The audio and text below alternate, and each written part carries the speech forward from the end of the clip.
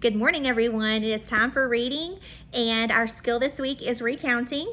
Recounting just simply means to put a story in order. So we're going to go from the beginning of the story to the end of the story and put things in order from first, next, then, and last. Okay, and if we look at our skill down here, it says, I can recount stories and determine their central message, lesson, or moral. So recounting, we know, means to put in order, and determining the central message, lesson, or moral just simply means to figure out what the author is wanting us to learn. What lesson are we wanting to learn? Okay, so here we go. Mirror words. I can recount stories and determine their central message, lesson, or moral. Mirror words off. Very good.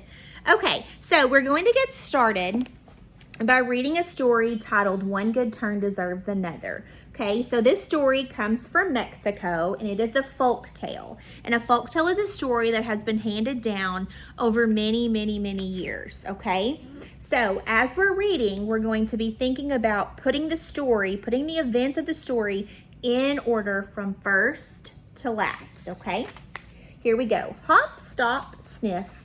Hop, stop, sniff. A mouse was going across the desert. Suddenly, she heard a voice. Help! Help me! The sound came from under a rock. Please get me out of here, said the voice with an unmistakable hiss. The mouse placed her front paws against the rock. She was small, but she brought her best to the job. The rock rolled aside like a door opening. Out slid a snake. Thank you so much, said the snake as he coiled around the mouse. I was stuck under that rock for a long time. I am very hungry. But you wouldn't eat me, squeaked the mouse. Why not? The snake asked. Because I moved the rock, said the mouse. I saved your life. So, hissed the snake. So one good turn deserves another, the mouse said hopefully. The snake moved his head from side to side. You are young, he said. You don't know much about the world. Good is often repaid with evil. That's not fair, cried the mouse. Everybody knows I am right, said the snake. If you find even one creature who agrees with you, I promise to set you free. A crow flew up behind him. Uncle, said the snake to the crow, help us settle an argument. I was trapped under a rock, and this silly mouse set me free. Now she thinks I shouldn't eat her. He should be grateful, the mouse insisted. Well now, said the crow, I've flown high and I've flown low, and I've been just about everywhere. This morning I ate some grasshoppers that were destroying a farmer's crops. Was he grateful? No, he used me for target practice. Good is often repaid with evil, and off he flew. An armadillo ambled by. What's all the noise? She asked. Merely a minute of conversation before dinner, replied the snake. My young friend moved a rock and set me free. Now she thinks I shouldn't eat her. One good turn deserves another, said the mouse. Wait a minute, said the armadillo. Did you know he was a snake before you moved that rock? I guess I did, but sorry, a snake is always a snake, the armadillo declared as she waddled away. That settles it, said the snake. Everybody agrees with me. Can't we ask just one more creature? The mouse pleaded. I don't think you'll ever understand, groaned the snake. A coyote trotted up. Understand what? He asked. The snake was trapped under that rock, the mouse explained. Which rock? Asked the coyote. Over there, that rock, said the snake. Oh, said the coyote, the mouse was under that rock? No, I was under that rock, said the snake. A snake under a rock?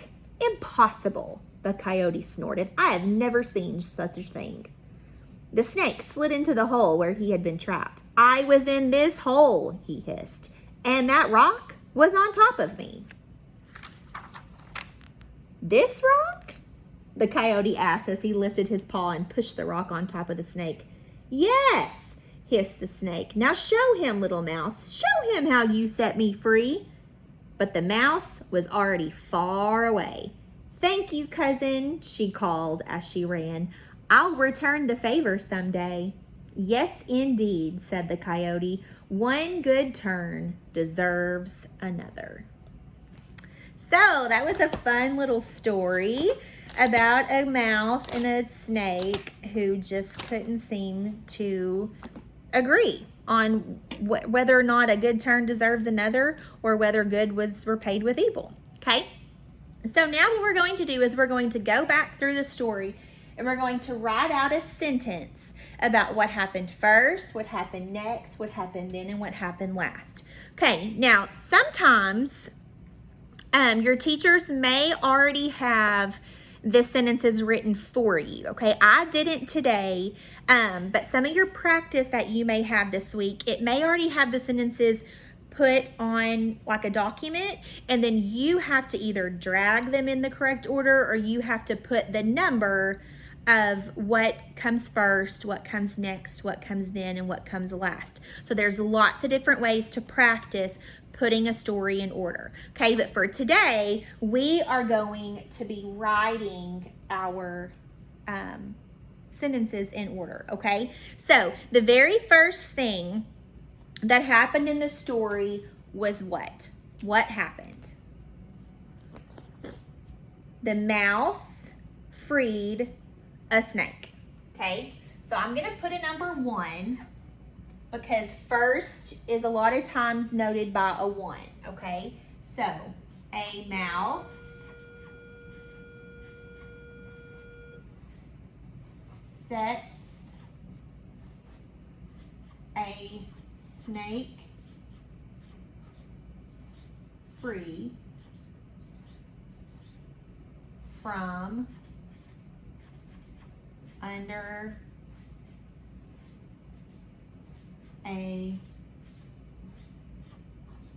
rock. Okay, so that is the very first thing that happens in the story. The mouse sets a snake free from under the rock. What happens next? Now, this is something I want to make sure that we understand, okay? In a longer story, we are not going to want to put every event that happens. We want to make sure we're picking the most important events. Remember, in a longer story, the author is going to give you lots and lots of details and information in order to make the story interesting. Now, this story wasn't a long story, didn't have a lot of pages, so it's going to be easier to pick what happened next, what happened then, and what happened last. Okay, but in a longer story, one that you might read this next week, don't just go through the pages and say, well, here's what happened next, here's what happened third, here's what happened fourth, fifth, sixth, because you may end up having 20 things, and that's not what we want, okay? So, go back to this. After the mouse sets the snake free, what happens? Who comes along that they ask for help? So the snake asks a crow whether or not he should eat the mouse. Okay, so we're going to say what happened next. That's a 2 because 2 comes after 1. Okay, so the snake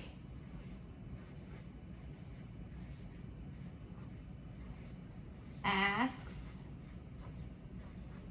crow if the mouse should be set free. Okay, so after this crow comes, who's the next character?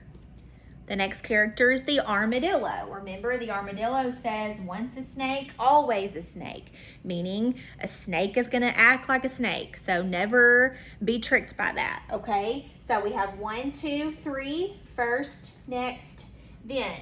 So the snake asks armadillo if the mouse should be set free. Okay, and then we have our last box that we need to fill out. Now, the next character that comes in is the coyote. And they ask the coyote if, you know, who am I talking about? The mouse should be set free or not. But the coyote ends up doing what to the snake? The coyote ends up tricking the snake to go back into the hole, and then the mouse is set free, okay? So we're going to put last 4. We're gonna say coyote tricks snake and the mouse is set free. Okay, so if we go back through what we have written, this should essentially be the story that we read in a condensed version or a smaller version, okay? So first, a mouse sets a snake free from under a rock. The snake asks Crow if the mouse should be set free. The snake asks Armadillo if the mouse should be set free. Coyote tricks Snake and the mouse is set free. And that is how the story goes. That is the order of the story. Okay, now I have one more question for you. Our skill says that we can recount stories, which is what we've done. And it says we also need to be able to determine their central message, lesson, or moral. So what is the lesson that we learned from one good turn deserves another? Or what's the message that we have learned from this story? Okay, a lot of times in fables and folk tales, you can find this at the very end of the story. Usually the very last line will be what the author is wanting you to learn. Not always, but most of the time. So I'm going to go back to my last page, and it says, "Yes, indeed," said the coyote, "one good turn deserves another." So the message is, or the lesson is, that one good turn does deserve another. So what that means is when you do something good to someone else, then they will repay you with a good favor. Okay, so that's why the snake was saying, well, good is often repaid with evil. Well, the coyote and the mouse didn't believe that. Okay, so if you are nice, if you show kindness towards someone else, then they will repay you with kindness, either right then or down the road, or, you know, sometime in your life, you're going to get something done for you that helps you. Okay. All right, so that is recounting. It's a simple strategy. It's fun and easy to do. So just remember this while you're practicing this week, putting things in order. Remember your order words: first, next, then, and last, okay? That's all I got for you. Bye.